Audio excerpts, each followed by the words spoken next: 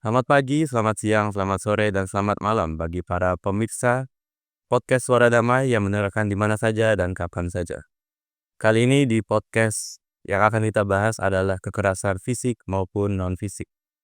Kekerasan sering terjadi tanpa kita sadari, baik meninggalkan luka di tubuh maupun meninggalkan luka di batin.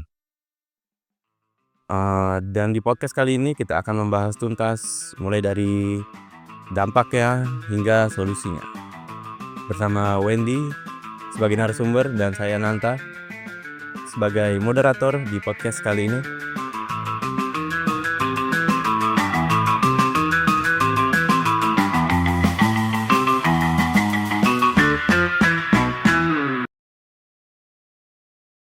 Yang sering kita pikirkan kekerasan itu adalah kekerasan fisik ya. Sebenarnya masih banyak. Contohnya salah satunya adalah kekerasan non fisik. Nah, dari kekerasan fisik itu kan meninggalkan luka di fisik, bekas di tubuh dia. Sementara kalau kekerasan non fisik itu dia meninggalkan luka di batin. Ya.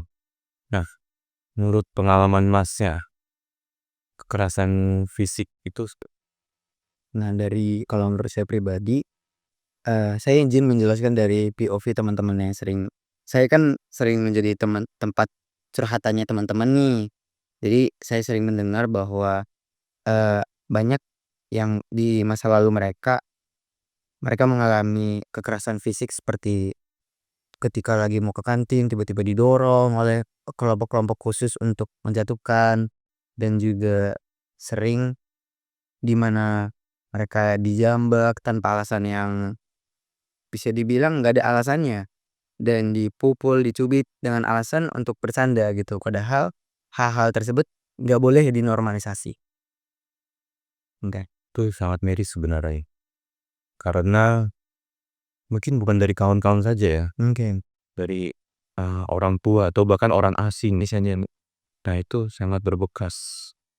Kalau Mas tahu itu dampak yang pernah Mas sendiri lihat di bekas ya bekas lukanya itu seperti apa? Nah, kalau misalnya soal kita bahas ke dampaknya, sebenarnya agak memprihatinkan di mana dampaknya itu kadang membuat mereka itu, jadi tidak percaya diri karena entah di bahunya ada bekas luka atau di punggungnya sering kena libasan dari orang tua, padahal masalah yang mereka ciptakan sepele, dan lebih sering tuh lebih luka-luka yang ketika didorong kan mereka jatuh tuh. Oh iya. Mereka jatuh, itu menciptakan luka yang ibaratnya tidak, memang itu secara fisik terluka, tapi ada hubungannya dengan yang tadi Masnya bilang bahwa juga melukai batin meskipun ini dalam kondisi fisik. Iya.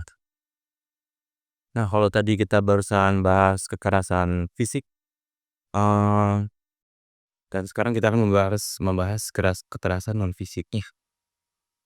Kekerasan non fisik itu bersifat verbal atau mungkin, bisa dari isyarat ya, bisa masalah dari simbol-simbol tangan. Iya. Nah itu, oke, kekerasan non fisik.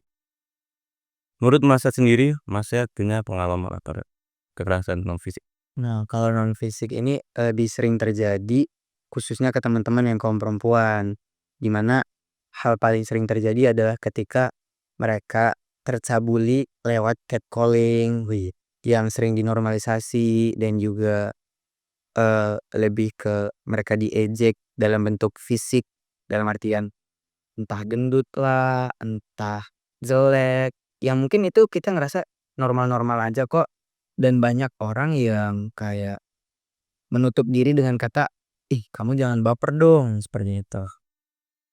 Nah, kemudian hal-hal seperti itu kan ditakutkan karena dikira bercanda, takutnya dikira normalisasi dan akan berdampak pada kesehatan mental mereka. Benar, Bang. Menurut Masnya sendiri dampak kesehatan mental yang mereka dapatkan setelah mendapatkan kekerasan loh. Jadi kalau untuk dampaknya itu lebih ke yang awalnya nih, kadang kan kaum perempuan khususnya teman-teman kita sendiri tuh sering memakai baju yang ibaratnya menurut mereka ketika mereka memakai itu cantik, Mereka merasa ketika dipakai di tubuh mereka itu indah. Tapi orang-orang yang tidak, teredukasi itu melihatnya sebagai hal yang harus dicabuli dalam artian catcalling tadi. Sehingga yang awalnya mereka percaya diri, mereka jadi mengurung diri, mereka jadi selalu memakai, padahal kalau kita bisa bilang dan mungkin teman-teman yang perempuan juga setuju, apa yang dipakai oleh perempuan itu sebenarnya nggak ada hak untuk, "Ih, kamu jangan pakai kayak gini kalau kamu nggak diginiin." Karena yang penting itu sebenarnya edukasinya, karena mereka dampaknya itu besar banget, di mana mereka merasa kayak dikucilin oleh beberapa kelompok pria yang sudah mencabuli mereka dalam verbal seperti itu. Dan hinaan-hinaan seperti kata gendut tadi itu membuat orang-orang jadi lebih tidak percaya diri. Iya, apalagi soal fisik yang tidak bisa diubah Iya, benar banget. dan jelas itu sangat melukai batin. Melukai batin banget. Oke, selanjutnya kita akan membahas upaya pencegahan maupun solusinya gitu ya. Terus sebelum kita bahas ke sana, ada Apa namanya? tahap 9 lagi ya, Masnya untuk tahu banget. sebelum tegang lagi ya. Oke, kita panggil dulu ya. Mana ini cemilan wes? Nih, ini dari belakang. Boleh bilang, oh iya Darok. Lanjut. Kalau ada yang ngebully bilang yang ngaso. Boleh ya. Iya.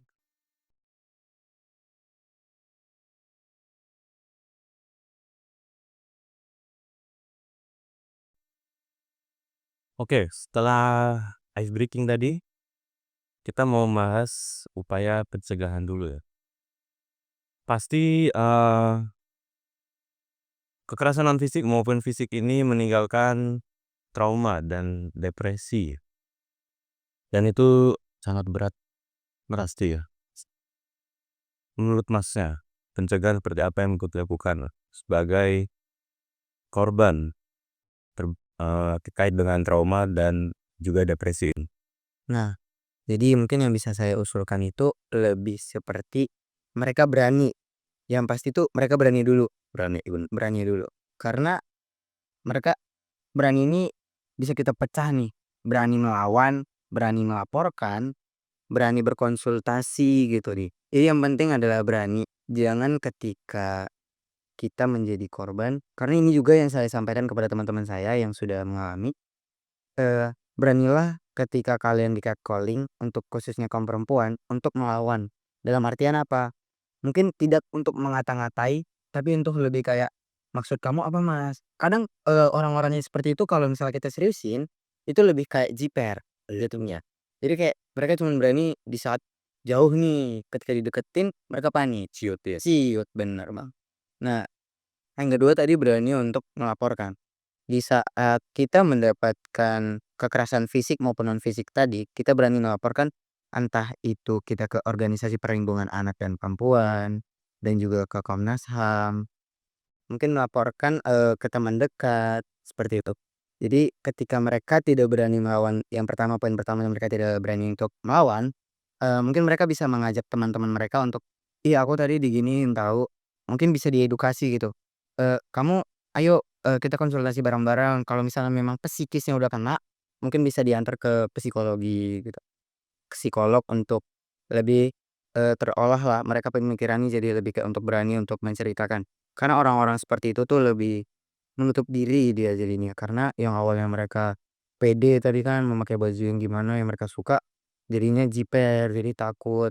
Jadi kita ajak untuk bukan untuk dihakimi, korban-korban tersebut tuh jangan dihakimi ya teman-teman. Jadi lebih kayak dideketin mereka jadinya kayak supaya mereka berani terbuka, ya kita bisa bantu laporin, kita bantu cari solusi bareng-bareng gimana. Dan kalau untuk itu tadi mungkin lebih ke yang verbal. Nah, kalau untuk fisiknya itu mungkin bisa dibawa ke sesimpel mungkin diobatin dan memang agak susah untuk, kita bisa ibaratnya tuh bisa mengobati fisik, tapi tidak bisa mengobati luka batin. Nah, hal-hal yang kayak gitu tuh harus direhab, seperti diajak cari yang having fun, mungkin diajak untuk pede lagi, dia ditemenin rame-rame, di-support. Support itu penting banget. Benar-benar.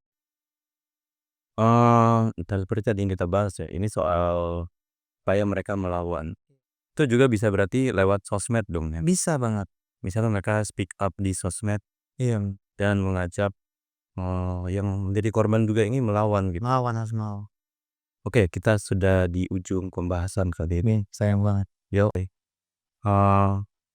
Kemudian sebelum kita tutup ini, ada closing statement dari Wendy Swil. Boleh?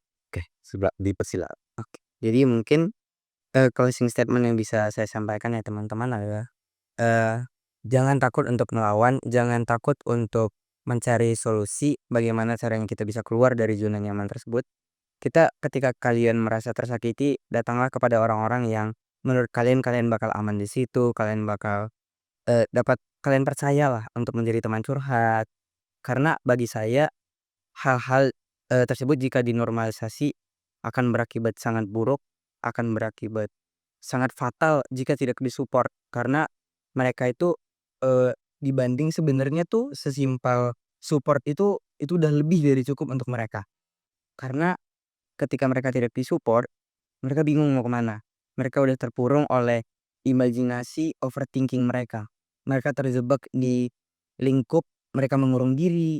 Yang kita takutkan tuh orang-orang yang kayak gini, kalau apalagi yang di media sosial seperti yang Masnya tadi bahas, sampai mereka dijelek-jelekin di media sosial, bahkan dikejar di media sosial gitu. Itu bisa membuat mereka jadi tertekan, mereka bisa jadi depresi, frustasi, dan yang kita takutkan tuh ada hal-hal yang tidak diinginkan. Jadi mungkin dari saya, hidup perempuan yang melawan. Karena perempuan yang melawan adalah perempuan yang berani untuk melakukan semuanya, bukan karena mereka bisa, tapi karena mereka merasa bahwa mereka dapat diandalkan. Mereka juga berani untuk menyuarakan suara mereka ketika mereka dicemoohin, mereka dihina, dan juga bukan hanya tentang perempuan. Di sini juga laki-laki juga sering mendapatkan pelecehan, di mana hidup juga untuk laki-laki yang berani untuk melaporkan. Karena jangan dinormalisasi ya Mas ya. Iya, Karena ketika kita menormalisasi hal-hal negatif, itu akan menjadi hal-hal yang sangat buruk. Karena Indonesia adalah negara yang taat akan hukum, negara hukum, di mana kalau kalian takut, jangan takut untuk melaporkan, jangan takut untuk cerita kepada orang-orang yang menurut kalian bisa menerima kalian apa adanya. Mungkin itu aja dari saya. jangan takut untuk melawan ya. Oke, di podcast kali ini akan saya tutup. Terima kasih kepada narasumber kami, Mas Wendy. Ya, terima kasih kepada kru belakang layar yang sudah bantu kita dan support untuk mengerjakan podcast kali ini. Dan terima kasih juga kepada Ibu Margaret selaku dosen yang membimbing podcast kali ini. Oke, akan saya tutup. Selamat pagi, selamat siang, selamat sore, selamat malam. Sampai jumpa kembali di podcast kita selanjutnya. Podcast Suara Damai. Saya tutup. Assalamualaikum warahmatullahi wabarakatuh.